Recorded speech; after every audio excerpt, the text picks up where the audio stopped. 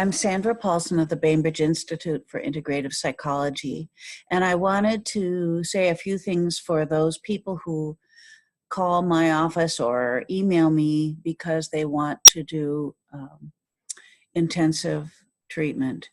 And there's some things that people should know about the way that I work, because it's different from regular therapy where I no longer do the kind of work where someone comes in once a week or every couple of weeks for an hour or 90 minutes, something like that.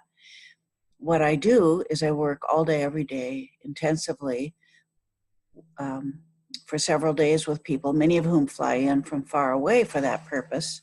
Most of my clients are mental health professionals, even EMDR therapists, who want the approach that I use in doing EMDR, which I'm now calling the NEST approach.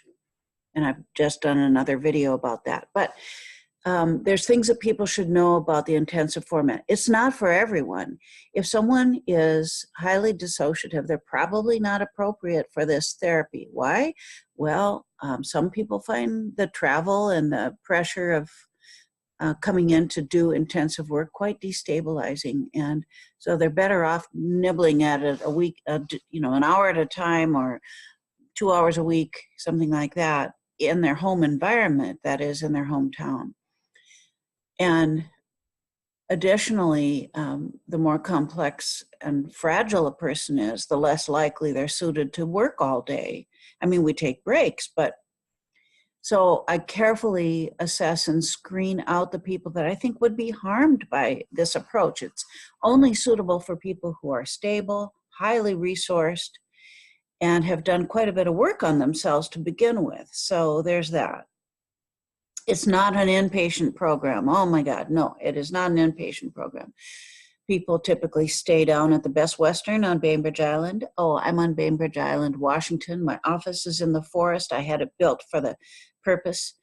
And it's very peaceful here. It's a refreshing kind of retreat experience. Not a vacation by any means, because we're doing hard work, but the place is so resourcing that many people feel very safe and strengthened by the very nature of the forest and the property itself and the quietude. So there's that. So a few miles away is the sprawling metropolis of downtown Bainbridge Island, which is a few blocks long. And people stay pretty much at the Best Western or at B&Bs. There's B&Bs around here like crazy. They're kind of expensive. So a lot of people stay at the Best Western because it's cheaper. There's also the Country Inn. Those are the two hotels. There are two, as far as I know, two hotels on the island and a bunch of bed and breakfasts.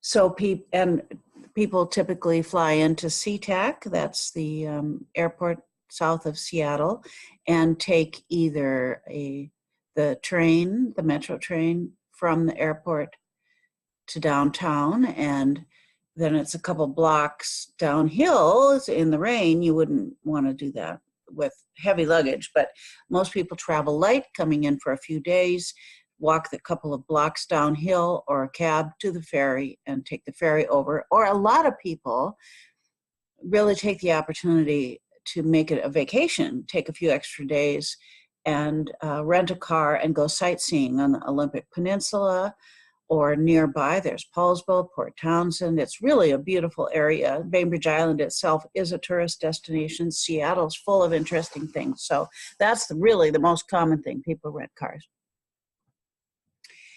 And typically our day starts at 9, maybe 9:30.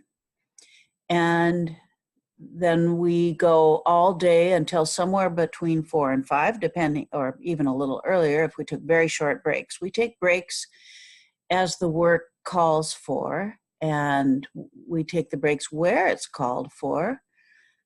A full day is about 360 face-to-face minutes, not counting the breaks. I don't charge for the breaks. And a full day costs $1,440, so it's not cheap. A lot of people have to save up for it. And that might sound expensive, but it's for this area, it's a normal hourly rate, and I'm pretty good at what I do, and I'm just not willing to do it for less because it's very demanding work. So I just soon retire instead of charge less. So that's that. What I do, though, I teach a lot of other people how to do it. So there might be other people who can do it at a less expensive rate, although they might be working in the traditional format, which isn't as great for the kind of work.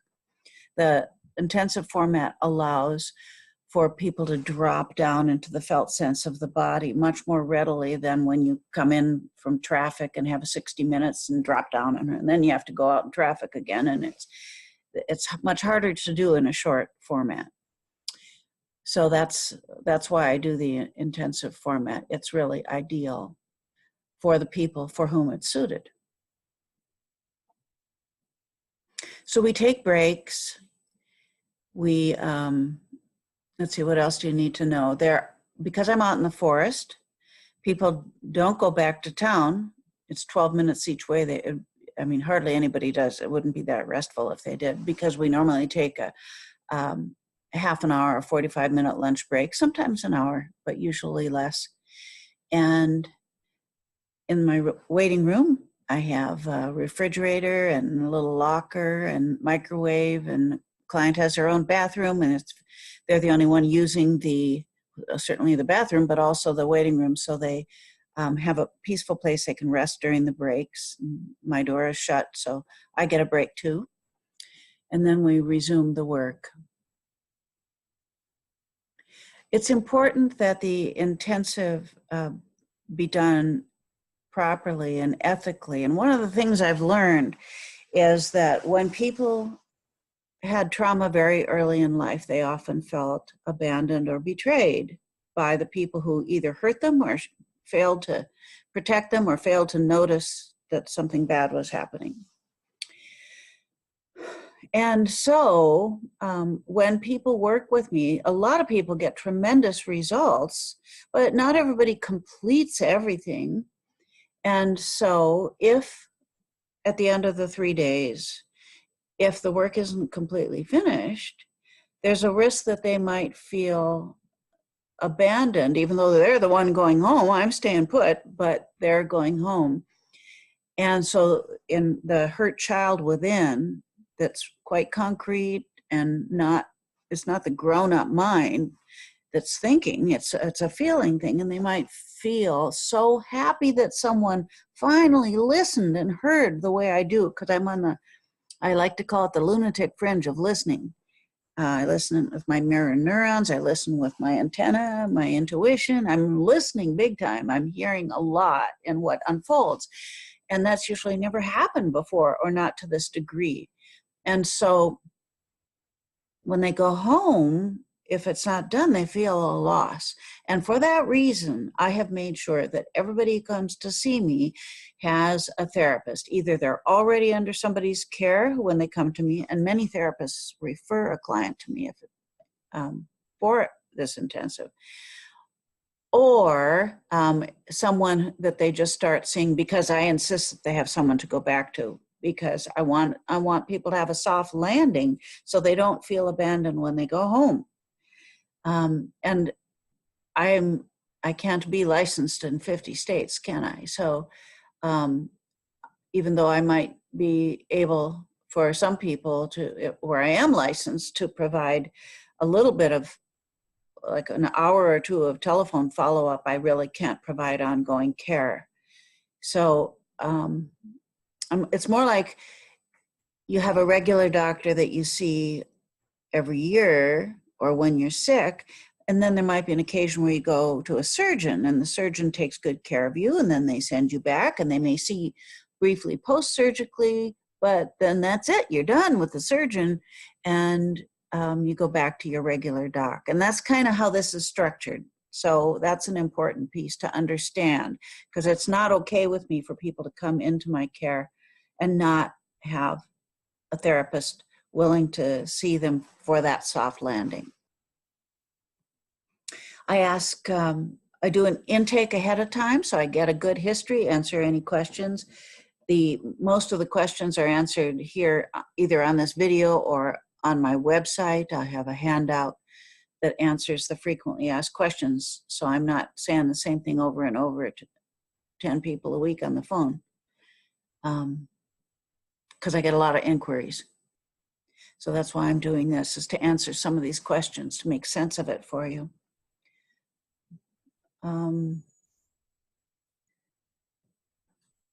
So we look to see if somebody's dissociative as best we can. I like for a therapist to make the referral, because then the therapist answers questions like, how well known is this person? How fragile are they? Are they suicidal? Because if so, they're not suitable for this format. They're just not. I don't want to hurt anybody. And also, can they afford it? Not that the therapist checks the bank account, but therapists usually have a pretty good idea if people are in solid footing or in dreamland about what they can afford. What else? The therapist also in that referral agrees to be on tap. If it's great when the therapist knows the client well, when it's a longstanding client, and the therapist makes a referral, and then it is available for me to shoot emails to with the client's permission during the processing, during the 3 days. And the therapist can often say, oh yeah, they do that, and try this because that usually means such and so. So that's very helpful for me. And also it's really thrilling and helpful for the therapist to be hearing that some of these log jams are finally being resolved that have been stymieing. Not that, I'm not always successful, but most of the time we make really good progress. I have people be very pleased with the progress they've made. If someone wants to register as a client, they go to my website, which is www.bainbridgepsychology.com, and there'll be a spot where you click to register as a new client. And once you've registered, then our communications are secured within a confidential encrypted messaging system, so that's more secure than regular email. And however, as you register, one of the things you have to do is to digitally sign the Washington Agreement and Washington Notice, which are the HIPAA required forms that we all have to sign every time we see a doctor anywhere anymore. And if we, after the intake, if we both agree we're going to proceed with it, I'll need a signed release as well, and that form is there. All these can be signed digitally, so there's no paper involved, and it's all within the secure system. So that's pretty nifty. And that release will allow me to communicate with the therapist. Thank you so much. If you enjoyed it, please hit that like button right there and subscribe. Thanks so much. Bye-bye.